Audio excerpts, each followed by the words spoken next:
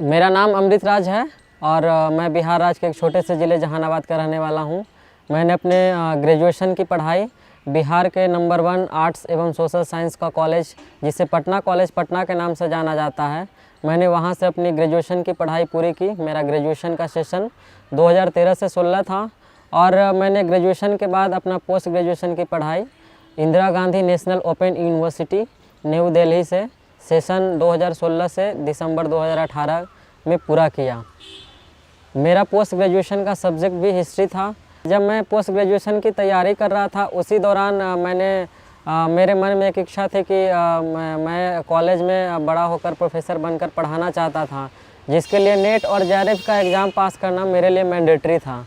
तो मैं जब पोस्ट ग्रेजुएशन के 3rd सेमेस्टर में था उसी समय से मैंने नेट की तैयारी शुरू कर दी थी और मैंने पहला अटेम्प्ट अपना जनवरी 2017 में दिया था, जिसमें मेरा सिलेक्शन नहीं हुआ और ना उसमें तो नेट भी नहीं हो पाया था मेरा। उसके बाद मैंने नवंबर 2017 में एग्ज़ाम दिया। उसके बाद फिर मैंने 2018 में 2 अटेम्प्ट दिए, जून 2018 में और उसके बाद दिसंबर 2018 में दिया। तो लगातार 4 बार असफल होने के बाद कॉन्फिडेंस थोड़ा लूज़ हो गया था, लेकिन फिर भी एक अंदर से एक जुनून था कि नहीं, मैं एक ना एक दिन तो जेआरएफ क्वालिफाई कर ही लूँगा। लेकिन मेरी कहानी की मोड़ वहाँ पे चूँकि अटक गई, क्योंकि जब मैं जून 2018 में नेट का एग्ज़ाम दे रहा था तब मुझे एब्डोमिनल ट्यूबरक्लोसिस हो गया था। तो एब्डोमिनल ट्यूबरक्लोसिस, जैसा कि आप लोग जानते हैं कि भारत में ट्यूबरक्लोसिस एक बहुत ही ख़तरनाक बीमारी है। उस बीमारी के इलाज के लिए मैंने मेरे डॉक्टर हैं पटना में मिस्टर केवल सरन, तो मैंने केवल सरन के सर के यहाँ से मैंने अपना इलाज करवाया।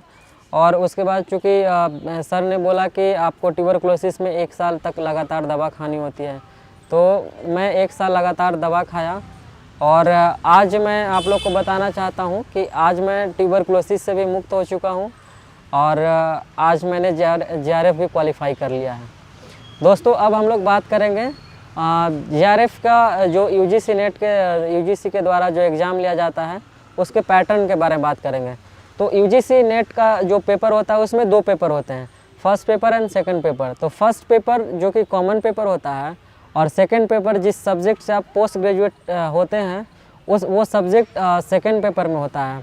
तो फर्स्ट पेपर में 50 क्वेश्चन पूछे जाते हैं और सेकंड पेपर में 100 क्वेश्चंस। तो जब मेरा 4 बार नेट नहीं हो पाया, मेरा 4 बार जब मैं असफल हो रहा था, तो उसके पीछे मैं जब उसकी बारीकियों का पता लगाया तो मुझे पता चला कि मेरा पेपर 1 जो बहुत कमज़ोर था।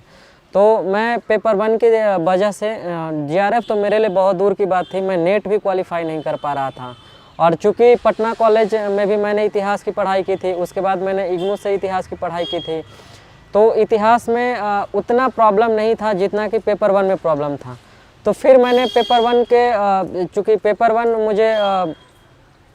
1 की तैयारी करनी थी, तो मेरे बड़े भाई हैं मिस्टर सूरज राव, जो अभी जेएनयू से एमफिल हिंदी साहित्य से कर रहे हैं, तो उन्होंने पेपर 1 के लिए मुझे सजेस्ट किया कि आप यूट्यूब का सहारा लो। तो फिर मैंने यूट्यूब पे एक टीचर हैं जो कि अनअकैडमी पर भी सर पढ़ाते हैं, मैंने तलवीर सिंह को पेपर 1 के लिए फॉलो किया और केबीएस मदान की बुक और तलवीर सिंह के वीडियोज़ और पेपर 1 के जितने पिछले 5 साल के जो क्वेश्चन थे, मैंने उसको एक बार नहीं लगभग 10 बार उसको प्रैक्टिस किया और एक तरीके से उसे मैंने बहुत सारे उसके थ्योरेटिकल सेक्शन थे जो मुझे याद भी हो गए थे। तो मैं आप लोगों को भी यही बोलूँगा कि आप यदि पेपर 1 की तैयारी करना चाहते हैं तो आप भी यदि आप ऑनलाइन लर्निंग में इंटरेस्टेड हैं तो आप तलवीर सिंह का वीडियोज़ देख सकते हैं। और दूसरी चीज़, आप प्रीवियस ईयर का क्वेश्चन सॉल्व करें और केबीएस मदान की बुक जो पियर्सन पब्लिकेशन से छपती है आप उसे फॉलो करें, वो पेपर 1 के लिए बेस्ट बुक है। और अब हम लोग आते हैं पेपर 2 के बारे में। पेपर 2 जो मेरा इतिहास पेपर था, तो इतिहास में भी 10 सेक्शन में बटा हुआ है सिलेबस। तो यूजीसी नेट ने इस बार सिलेबस अपडेट किया है।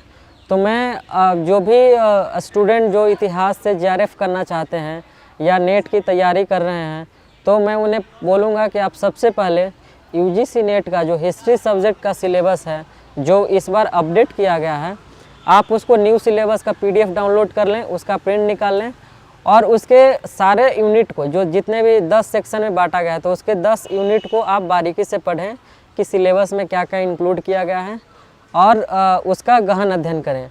मैंने पेपर 2 के लिए, इतिहास के लिए जो पुस्तक पढ़ी थी उसमें से पुस्तक थी, चूँकि यूनिट 1, यूनिट 2, यूनिट 3, 3 यूनिट, शुरुआत के जो 3 यूनिट हैं वो एंसेंट हिस्ट्री से हैं, और उसके बाद के जो 3 यूनिट हैं, यूनिट 4, यूनिट 5, यूनिट 6, ये जो हैं मेडिएवल इंडिया से हैं, मध्यकालीन भारत के सेक्शन हैं। और उसके बाद जो सेक्शन हैं यूनिट 7, यूनिट 8 एंड यूनिट 9, ये 3 सेक्शन जो हैं मॉडर्न इंडियन हिस्ट्री से हैं। और जो लास्ट का सेक्शन है यूनिट 10, उसमें हिस्टोग्राफी और कुछ वर्ल्ड हिस्ट्री के सेक्शंस इंक्लूडेड हैं।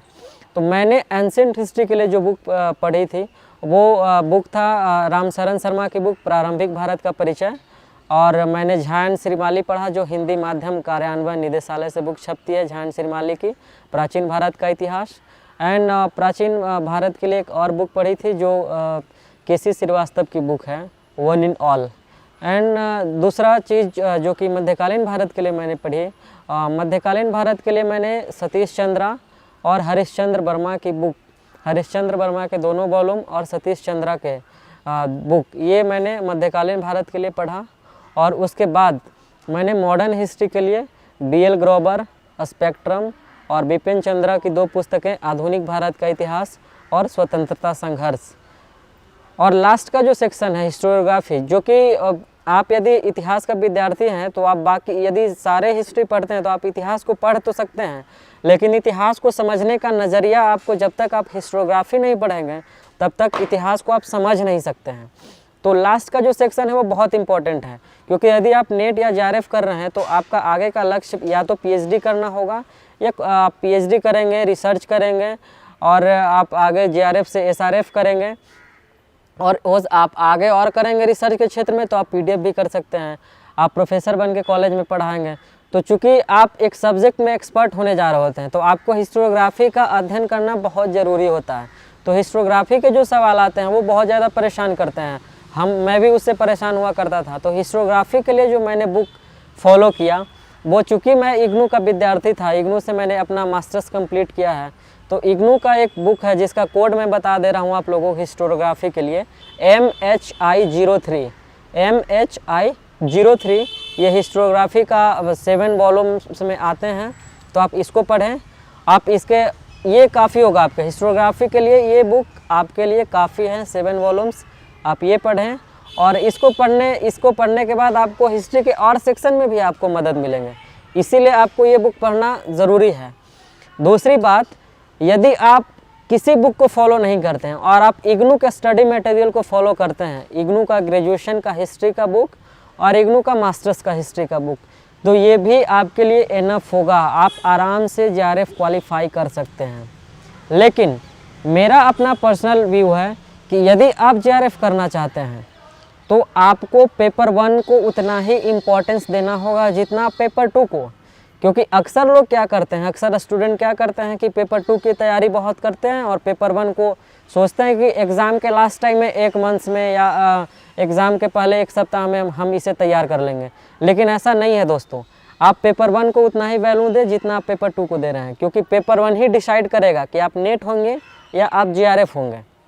और अंत में मैं यही कहूँगा कि जो भी छात्र जो तैयारी कर रहे हैं इतिहास के साथ JRF करने का, उन सभी को मेरे तरफ से ढेर सारी शुभकामनाएं। आप भी JRF क्वालिफाई करें, आप भी जल्दी से प्रोफेसर बने, और आप भी मेरी तरह दिल्ली नॉलेज ट्रैक के माध्यम से अपना आकर जर्नी शेयर करें। और अंत में मैं दिल्ली नॉलेज ट्रैक का ढेर सारा शुक्रिया अदा करना चाहूँगा, क्योंकि उन्होंने मुझे प्लेटफॉर्म दिया अपने JRF की जर्नी को शेयर करने के लिए। धन्यवाद।